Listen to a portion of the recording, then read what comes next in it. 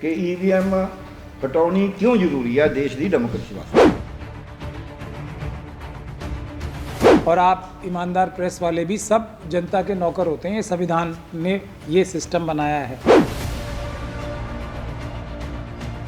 इतनी सारी चीज़ें देख रहे हैं, एक के बाद एक मुसीबत जो देश में आ रही है। ये ताकत है जो जनता के हाथ में है। किसी भी अपने नौकर का कान पकड़ के उसको उसकी सीट से हटा सकते हैं। ये save constitution, mission stop EVM, mission save constitution stop EVM, ਉਹਦੇ ਇਹ ਕਨਵੀਨਰ ਨੇ ਨੈਸ਼ਨਲ ਤੇ ਪੂਰੇ ਭਾਰਤ ਦੇ ਵਿੱਚ ਜਿਹੜਾ ਜਾ ਕੇ ਕੰਮ ਕਰਨਾ ਉਹ ਸਾਰਾ ਇਹ ਕਰ ਰਹੇ ਨੇ। ਕੋਰਟ ਦੇ ਵਿੱਚ ਕੇਸ ਵੀ ਇਹ ਲੜ ਰਹੇ ਨੇ ਔਰ ਕਿੰਨੀ ਕੇਸਾਂ 'ਚ ਇਹਨਾਂ ਨੇ ਚੋਣ ਆਪ ਇਸ ਕਰਕੇ ਲੜੀ ਕਿ ਅਸੀਂ ਅੰਦਰੋਂ ਸਮਝੀਏ ਕੀ ਹੈ। ਫਿਰ ਦਿੱਲੀ ਹਾਈ ਕੋਰਟ 'ਚ ਇਹਨਾਂ ਨੇ ਬਹੁਤ ਸਾਰੇ ਆਰਡਰ ਲੈ ਕੇ ਸਾਨੂੰ ਵੀਡੀਓਗ੍ਰਾਫੀ ਦਿਓ, ਸਾਨੂੰ ਫਾਰਮ ਦਿਓ। ਅੱਜ ਵੀ ਪੰਜਾਬ 'ਚ ਹਰਿਆਣਾ ਹਾਈ ਕੋਰਟ 'ਚ ਜਿਹੜੀ ਹਰਿਆਣੇ ਦੀ ਚੋਣ ਹੋਈ ਹੈ ਹੋਣੀ, ਉਹ 'ਚ ਬਟਖਲ ਦੀ ਇੱਕ ਕੌਂਸਟੀਚੁਐਂਸੀ ਹੈ ਜਿਹੜੀ ਪਹਿਲਾਂ ਹੀ ਅਸੀਂ ਉਹ ਮੇਰੇ ਕੋਲ ਵੀ ਆ ਕੇ ਗਏ ਸੀ, ਕੋਈ ਡਾਟਾ ਲੈ ਕੇ ਗਏ ਸੀ ਅਤੇ ਉਸ ਕੌਂਸਟੀਚੁਐਂਸੀ ਦਾ ਕੇਸ ਪਾਇਆ ਹੋਇਆ ਸੀ। ਉਹਦੇ ਉੱਤੇ ਹਾਈ ਕੋਰਟ ਨੇ ਆਰਡਰ ਕਰਤਾ ਇਹਨਾਂ ਨੂੰ ਅੱਜ ਸਵੇਰੇ ਫਟਾਫਟ ਵਿਹਲੇ ਹੋ ਗਏ। ਮੈਨੂੰ ਫੋਨ ਆ ਗਿਆ 11 ਵਜੇ ਕਿ ਅਸੀਂ ਫ੍ਰੀ ਹੋ ਗਏ। ਉਹਨਾਂ ਨੇ ਕਹਿਤਾ ਵੀ ਇਹਨਾਂ ਨੂੰ 17 ਸੀ ਫਾਰਮ ਵੀ ਦਿਓ ਅਤੇ ਵੀਡੀਓਗ੍ਰਾਫੀ ਵੀ ਦਿਓ, ਜੋ ਇਹਨਾਂ ਨੇ ਮੰਗਿਆ ਦਿਓ। ਸੋ ਇਹ ਮਹਿਮੂਦ ਪ੍ਰਾਚਾ ਜੀ ਸਾਰੀ ਗੱਲ, ਕਿਉਂਕਿ ਇਸ ਕੰਪੇਨ ਨੂੰ ਲੀਡ ਕਰ ਰਹੇ ਨੇ, ਇਹ ਗੱਲ ਕਰਨਗੇ कि ईवीएम हटाउणी क्यों जरूरी है देश की डेमोक्रेसी वास्ते। हाँ जी, थैंक यू सब आप लोगों का शॉर्ट नोटिस पे आने के लिए। हमारे देश में जो देश की सारी व्यवस्था है सरकार बनाने की जनता की आवाज़ से, और बाबा साहब डॉक्टर भीमराव अंबेडकर ने एक वोट का अधिकार देके हर एक व्यक्ति को इस देश का जो बराबर का मालिक बनाया है। सरकारें, प्रधानमंत्री, cabinet ministers, chief ministers, cabinet secretary, chief secretary, chief justice of India और आप ईमानदार प्रेस वाले भी सब जनता के नौकर होते हैं। ये संविधान ने ये सिस्टम बनाया है। अब इसमें सबसे महत्वपूर्ण चीज़ क्या है? आज हम लोग जो इतनी सारी चीज़ें देख रहे हैं, एक के बाद एक मुसीबत जो देश में आ रही है, इसको ठीक करने का संवैधानिक तरीका, सबसे ताकतवर तरीका जो है वो ये ताकत है जो जनता के हाथ में है कि हम वोट के माध्यम से, अपने वोट के माध्यम से किसी भी अपने नौकर का कान पकड़ के उसको उसकी सीट से हटा सकते हैं और उसकी जगह दूसरे नौकर को बना सकते हैं। ये डेमोक्रेसी का, लोकतंत्र का सबसे बड़ा, सबसे अहम, सबसे इम्पॉर्टेंट रोल जो है किसी का, तो वो जनता के हाथ में, जनता की ताकत। अगर इसी चीज़ को किसी सरकार को, किसी सिस्टम को, किसी भी माध्यम से अगर ये वो इंश्योर कर ले कि जनता किसी को भी वोट दे, वो वोट जनता का उसके खिलाफ नहीं जाएगा, या वो वोट हम बेकार कर देंगे और फर्जी वोटों से हम चुनाव जीत लेंगे, तो कोई भी चुना हुआ नुमाइंदा जो होगा वो कभी भी किसी भी हालत में सुनेगा ही नहीं किसी भी जनता के, किसी भी व्यक्ति की, और एकदम डिक्टेटरशिप आ जाएगी। ये संविधान के लिए सबसे महत्वपूर्ण चीज़ जो है वो जनता का वोट का अधिकार। जो ये चुनाव में चोरी की मशीनें हैं, ये उसी चीज़ को हासिल करने के लिए एक सिस्टम है जिसे पहले थोड़ा बहुत मिसयूज़ किया जाता था, लेकिन 2014 और उसके बाद बहुत बड़े लेवल पे जनता की आवाज़ एकदम ख़त्म करके, मार के, मशीनों के द्वारा चुनाव जीतने का प्रोग्राम शुरू हुआ। ये बात आप सब लोगों को पहले से भी पता है। हम लोगों ने बहुत कैंपेन किए। जो सिविल सोसाइटी है वो मैं आपको आज छोटे में ही बताना चाहता हूँ, उसने भी बहुत सारे आंदोलन किए। ये सिटीज़न कमीशन ऑन इलेक्शन है, इसमें देवा शाहम जी के माध्यम से उन्होंने एक पूरे देश में से इकट्ठे किए एक्सपर्ट्स, और दुनिया भर के सब एक्सपर्ट्स इकट्ठे किए, और ये निष्कर्ष की रिपोर्ट लिखी है कि मशीनों द्वारा चुनाव निष्पक्ष हो ही नहीं सकता। उसके बाद आप हम सबके सम्मानित सदस्य बड़े भाई डॉक्टर प्यारेलाल गर्ग बैठे। आपने देश में बड़े बड़े सिफोलॉजिस्ट और डेटा कलेक्टर्स देखे होंगे जो बहुत मोटी मोटी भारी भारी करोड़ों रुपए की फीस लेके जो वो डेटा बताते हैं दुनिया में, लेकिन डॉक्टर प्यारेलाल गर्ग सबसे पहले सबसे अच्छा विश्लेषण करके चुनाव आयोग के ही वेबसाइट से, जो उनके अपने आंकड़े हैं, देश की जनता को ये बताने का काम करते हैं सबसे पहले कि किस प्रकार से तुम्हारे वोटों के साथ हेराफेरी हो रही है। सडनली 10 वोट की जगह 15 वोट हो जाते हैं, कहीं 20 होते हैं, डाले अंदर 10, मैं एग्जाम्पल के तौर पे बता रहा हूँ, लेकिन 15, 20, 18 हो जाते हैं। चुनाव आयोग के ही डेटा से, चुनाव आयोग के हिसाब से ही। आखिर में मैं मिशन सेव कॉन्स्टिट्यूशन अपने बारे में भी बता दूं कि 5 जनवरी 2024 से ये आंदोलन बहुत दिन से चल रहा था।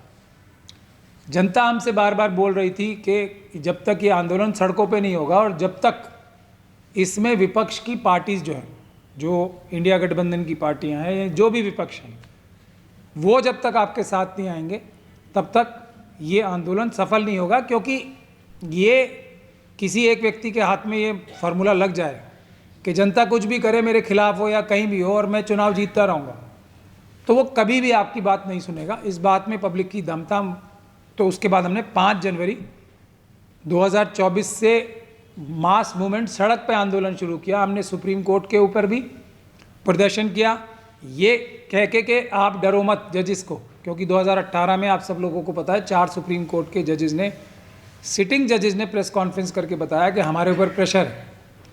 तो हमने सबसे पहले चुनाव आयोग के खिलाफ मार्च किया, हम पे लाठीचार्ज हुआ खूब दबा के, और उसके बाद वकीलों को, क्योंकि वकीलों की जिम्मेदारी भी बहुत होती है समाज में, कोर्ट के अंदर ही नहीं, तो वकीलों ने वो जिम्मेदारी समझी और हम लोगों ने प्रोटेस्ट किया सुप्रीम कोर्ट और इलेक्शन कमीशन के। हमारे पर लाठीचार्ज हुए, हम लोग कई बार जेल गए, लेकिन उसका नतीजा ये हुआ कि पूरे देश में एक मास मूवमेंट, नेशनल कैंपेन की शक्ल में ये लोकसभा के चुनाव के दौरान हो गया।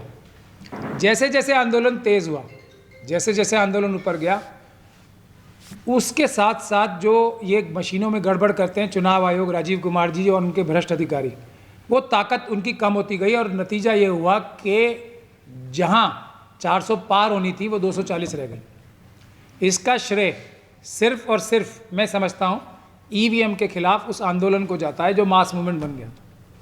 पॉलिटिकल पार्टीज, कांग्रेस पार्टी हमारे साथ आई, लेकिन पूरे मन से नहीं आई। वो चुनाव हम लोग, जो चुनाव इंडिया गठबंधन का प्रधानमंत्री बनता वो नहीं बना। मोदी जी की 50 सीटें भी नहीं आती और एनडीए की तो नहीं, बीजेपी की 50 सीटें नहीं आती। उस चुनाव में वो 240 सीटें ले गए, लेकिन विपक्ष तब भी ढुलमुल रवैया अपनाता रहा और चुनाव आयोग विपक्ष को एक प्रकार से डांटता रहा अपनी चिट्ठियों के द्वारा। उसके बाद हरियाणा का चुनाव आया। इस दौरान हमने, मिशन सेव कॉन्स्टिट्यूशन ने और सारी सिविल सोसाइटी ने, सब लोगों ने मेरी जिम्मेदारी लगाई कि ये चुनाव आयोग ये कहता है कि ये मशीनें ईमानदारी की हैं, आप इस पे भरोसा करो, और हम लोग बेईमानी नहीं करते, लेकिन मशीन को आप हाथ नहीं लगाओ, ये सबसे अच्छी बात है। ये आप इसको बताओ कि इसमें कुछ गड़बड़ है, मगर इसको हाथ नहीं लगाओगे और आप दूर से देखोगे और बताओगे क्या गड़बड़ है। तो ये बहुत ही अजीब सी बात थी। तो हम लोगों ने ये तय किया कि एक ही जगह है जहाँ पे मशीनें ये हाथ में आती हैं, जहाँ हम इसके खिलाफ सबूत इकट्ठे कर सकते हैं, वो है चुनाव लड़ना स्वयं। तो मेरी जिम्मेदारी लगाई गई कि मशीनों की सारी चोरी पकड़ने के लिए ये सबूत इकट्ठे करें, फिजिकल और रियल टाइम सबूत। उसके लिए मैंने रामपुर से चुनाव लड़ा और उसमें हमने सारे सबूत वीडियोग्राफी के माध्यम से भी, और उस दौरान हमने कई ऑर्डर्स अच्छे कराए हाई कोर्ट से भी, दिल्ली हाई कोर्ट से, वो सब ऑर्डर्स मेरे नाम से हैं। हमने ये कहा कि सब चुनावों में शुरू दिन से लेके और आखिरी दिन तक, काउंटिंग होने के बाद तक, यानी कि फर्स्ट लेवल ऑफ चेकिंग जो पॉलिटिकल पार्टीज़ के सामने होती है चुनाव से कम 6 महीने पहले से, और आखिर दिन तक जब चुनाव होके स्ट्रांग रूम में मशीनें और सामान चला जाता है इलेक्शन का, तब तक सारे प्रोसेस की वीडियोग्राफी होगी और सीसीटीवी कैमरा भी लगेंगे हर स्ट्रांग रूम के बाहर, और ये सब चीज़ें आप वीडियोग्राफ करोगे और उसको सुरक्षित रखोगे। ऐसा ऑर्डर हमने दिल्ली हाई कोर्ट से कराया पूरे देश के लिए, और वो सबसे बड़ा सबूत हमारा साबित हुआ। हमने पब्लिक डोमेन में भी बहुत सारी वीडियोस डाली कि कैसे सैकड़ों चुनाव के अधिकारी मशीनों में छेड़छाड़ करते हुए हमने रंगे हाथों वीडियो के माध्यम से, और वो वीडियो भी वो जो चुनाव आयोग ने हमें दी उसके माध्यम से दुनिया के सामने लाई। सुप्रीम कोर्ट में जो केस डला, जिसका 2024 में ही फैसला आया था, मई में 24 मई, उसमें चुनाव आयोग ने पूरी तरीके से झूठ बोल दिया। मैं ये नहीं कह रहा कि सुप्रीम कोर्ट के जजेस उस झूठ को पकड़ सकते थे, लेकिन एक झूठा एफिडेविट दे दिया गया सुप्रीम कोर्ट में। उसमें यह कहा कि ये मशीनें वैसे तो सुरक्षित नहीं हैं, लेकिन सुरक्षित इसलिए हैं कि हम एक बहुत ही ज़्यादा मजबूत प्रोटोकॉल, स्टैंडर्ड ऑपरेटिंग प्रोसीजर, जो रिप्रेजेंटेशन ऑफ पीपल्स एक्ट में कंडक्ट ऑफ इलेक्शन रूल्स जो हैं उसमें बहुत सारे प्रावधान ऐसे हैं, और हमारे खुद के गाइडलाइन चुनाव आयोग के जो वो धारा 324 के ज़रिए से आर्टिकल 324 कॉन्स्टिट्यूशन के जारी करते हैं, उन सब में बहुत सारे मैनुअल्स हमने जारी किए हैं, लेटर्स जारी किए हैं। उसमें इतनी ज़्यादा सुरक्षा व्यवस्था हमने कर रखी है कि ईवीएम से गड़बड़ी नहीं होने देंगे हम। उसके ऊपर विश्वास करके सुप्रीम कोर्ट ने ये चुनाव आगे बढ़ाए और वो सारी पिटीशंस डिसमिस हुई। लेकिन हमने रामपुर के चुनाव के दौरान और दूसरी जगह से सबूत इकट्ठे करके लाए, और फिर हमने एक एफआईआर कराई, पार्लियामेंट स्ट्रीट थाने में जाके कंप्लेंट कराई चुनाव आयोग के खिलाफ, मोदी जी के खिलाफ, बीजेपी के खिलाफ, नड्डा जी के खिलाफ, कि इस प्रकार से ये पूरे देश में साजिश करके चुनाव आयुक्त, जिसमें शामिल हैं मुख्य चुनाव आयुक्त और उनके दूसरे भ्रष्ट अधिकारी, उन्होंने सुप्रीम कोर्ट को झूठ बोला, पूरे देश को झूठ बोला, और इस प्रकार से कानून तोड़ के ये चुनाव कराएं। इसलिए चुनाव रद्द भी हो सकते हैं, वो अदालत में पेंडिंग है अभी। सुप्रीम कोर्ट में 46 से ज़्यादा पिटीशंस, और मैं बार बार इसलिए मना करता हूँ सबको सुप्रीम कोर्ट सीधे नहीं जाना चाहिए।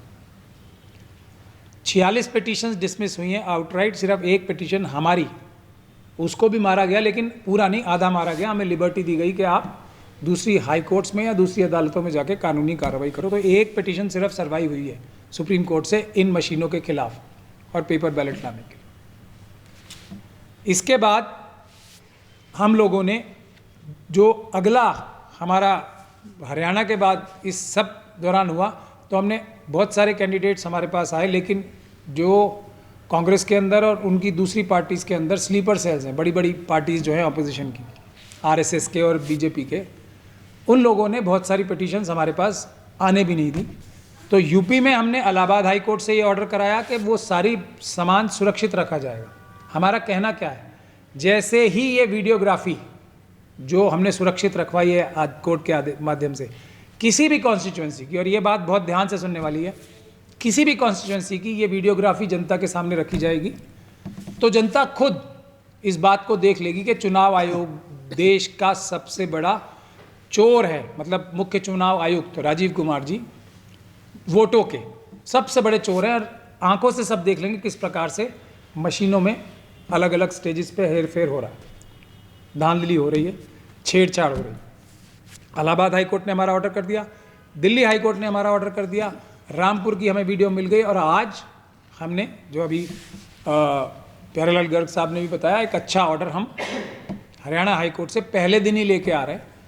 वहाँ जज साहब ने ऑर्डर किए हैं कि इनको तुरंत 4 हफ्तों के अंदर अंदर ये सारी चीज़ें, जिस फॉर्म 17C के लिए पूरे देश में हंगामा हो रहा, तो ये हमारी कार्रवाई रही। लेकिन विपक्ष की पार्टीज़, हरियाणा का चुनाव हो, उसके बाद कुछ देर के लिए, कुछ घंटों के लिए या कुछ दिनों के लिए जागते हैं, फिर सो जाते हैं। अभी महाराष्ट्र का चुनाव हुआ तो उसमें भी कुछ देर जागेंगे और फिर सो ना जाएं, उसके लिए हम सब लोगों ने ये तय किया है कि ये मास कैंपेन जो सिविल सोसाइटी है, मिशन सेव कॉन्स्टिट्यूशन के ज़रिए, और हमें ऑथराइज़ भी किया गया है इस चीज़ के लिए कि मिशन सेव कॉन्स्टिट्यूशन, इसको स्ट्रीट्स पर फील्ड एक्शन के लिए हम लोगों की जिम्मेदारी है जो हमने कबूल की है।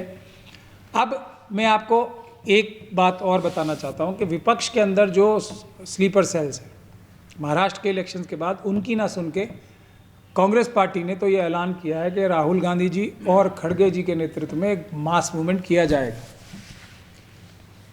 वो उसका हम स्वागत करते हैं और इसका हम लाभ भी उठाना चाहेंगे, लेकिन अल्टीमेटली ये लड़ाई जनता को ही लड़नी पड़ेगी। अगर जनता का प्रेशर होगा तो विपक्ष भी और सब लोग इसमें काम करेंगे। तो आज हम पंजाब और हरियाणा की राजधानी चंडीगढ़ में इसलिए बैठे हैं कि पंजाब की और हरियाणा की बहादुर जनता से ये रिक्वेस्ट कर सकें कि जब तक ये मशीनें हटेंगी नहीं और पेपर बैलेट आएंगे नहीं वापस, जब तक इस देश में इसी प्रकार की लूट मारी जो अडानी अंबानी और यूसुफ लुलू जैसे फ्रंटमैन के ज़रिए अमित शाह जी और मोदी जी, मोहन भागवत जी कर रहे लूट मार, वो चलती रहेगी।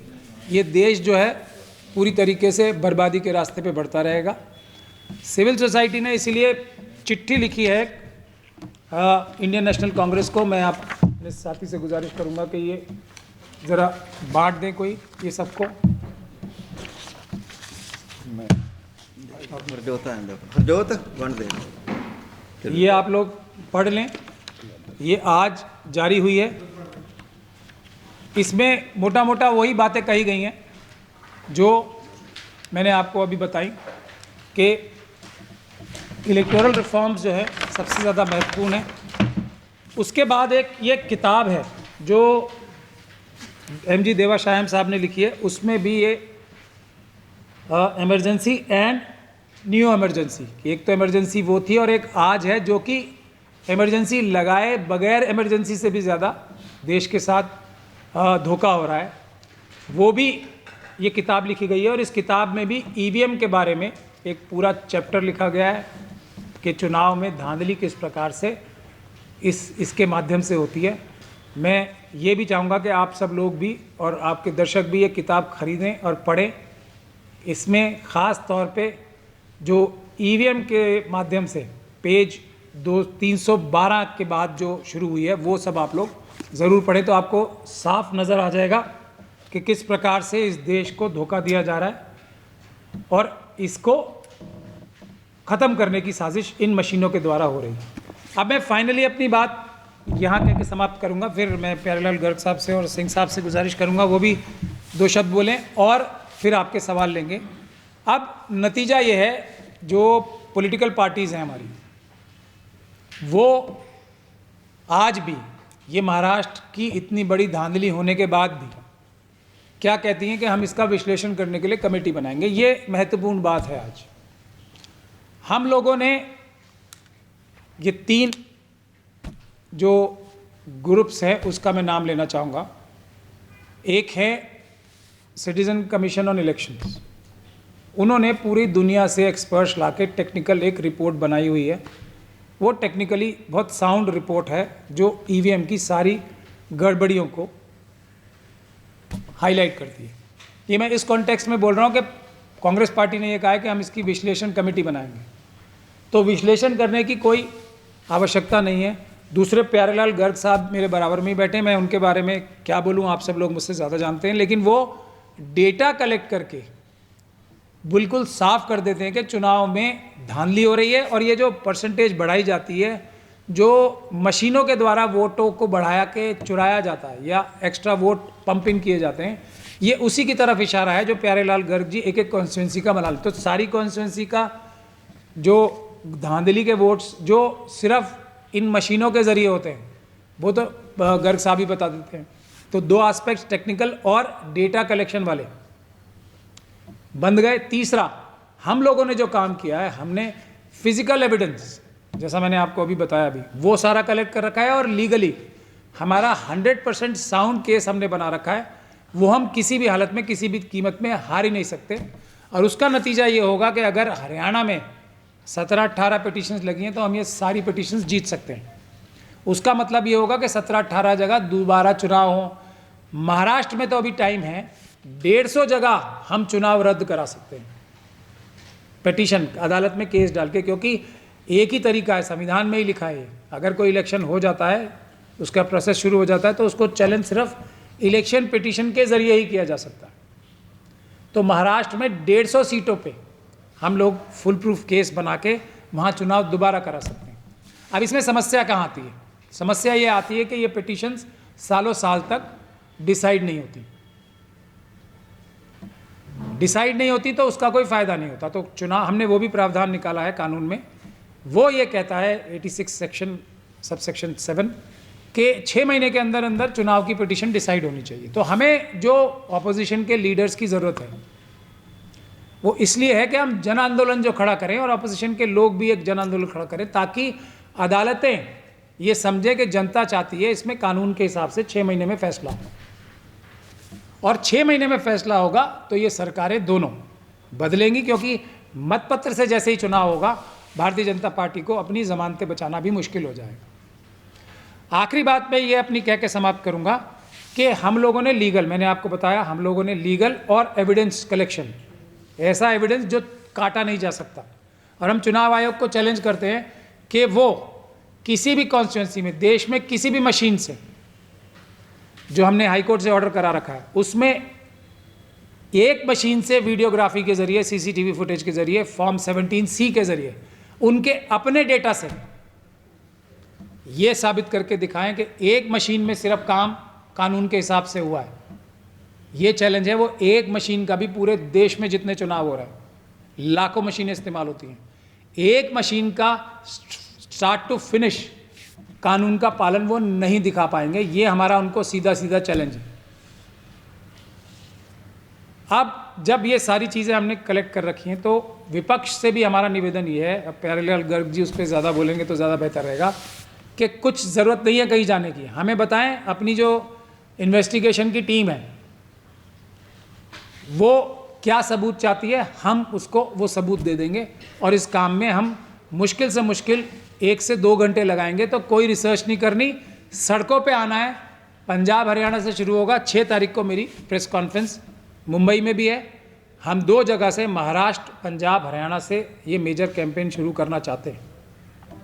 इसमें आप सब लोगों का सहयोग चाहिए। अंत में आज भी पेपर बैलेट से चुनाव कराना है, धारा 59A representation of people's act, ballot से ही, बैलेट पेपर से ही चुनाव कराना आज की तारीख में भी कानूनी तरीका है। मशीनों से चुनाव कराना एक्सेप्शन है, वो भी वहाँ सेक्शन 61 कैपिटल A में वहाँ करा सकते हैं जहाँ चुनाव आयोग रिटर्न में ये ऑर्डर पास करे कि इन जगहों पे पेपर बैलेट से चुनाव क्यों नहीं कराया जा सकता। एक एक कॉन्स्टिट्यूंसी का उन्हें हिसाब किताब देना पड़ेगा। तो इसलिए ये चुनाव पूर्ण रूप से गैर कानूनी है। एक चीज़ और चुनाव आयोग जो करता है, मोदी जी, अमित शाह जी और उनके जो RSS के जो पूरा एक इकोसिस्टम है उसके साथ मिलके, एक अभी कोई हैकर है, उनको लाएं पकड़ के, वो RSS का ही एजेंट है, उसकी पहले वीडियो वायरल कराएंगे। एक उससे माध्यम से बता रहे हैं, इंडिया टुडे ने कोई स्टिंग ऑपरेशन किया, वो कोई स्टिंग ऑपरेशन नहीं था, वो उन्हीं का आदमी है। और आज ने सैयद सुजा, या पता नहीं क्या नाम है उसका, हाँ, वो कई सालों से इस काम को कर रहा है बार बार। 2 ही चीज़ें हैं, वो या तो कोई वो फ्रॉड है, जो कि बहुत सारे होते हैं आजकल आप देखते हैं ना, डिजिटल अरेस्ट, ये वो सब बहुत सारे फ्रॉड ऐसे घूम रहे हैं, या तो वो है या RSS का एजेंट है। लेकिन चुनाव आयोग बाकी सब लोगों को कि इसके बारे में आवाज़ ना उठाई जाए, FIR दर्ज कराता है महाराष्ट्र में। मुझे इस व्यक्ति पे उस दिन से शक हो गया था जब एक हमारे बड़े वकील कपिल सिब्बल साहब लंदन जाके प्रेस कॉन्फ्रेंस कर रहे थे इस फ्रॉड के साथ। तो अब कपिल सिब्बल जी अगर लंदन जाएंगे तो अब या तो वो इतने समझदार हैं या नहीं है, ये आप लोग ही तय करो। एक ऐसे फ्रॉड के माध्यम से कि जो ये कह रहा है मैं मशीनें हैक कर दूंगा, वहाँ बैठ के बिना किसी जानकारी के हैक हो सकती हैं। हम लोगों के पास सबसे ज़्यादा टेक्निकल नॉलेज है, हैक हो सकती हैं, लेकिन ऐसे नहीं जैसे वो बता रहा है। और हैक करने की आवश्यकता ही नहीं है। हमारा केस सीधा सीधा है, ये कानून है, चुनाव आयोग ने कानून का पालन नहीं किया है। जिस एफिडेविट को उन्होंने सुप्रीम कोर्ट में फाइल किया था उसका पालन नहीं किया है।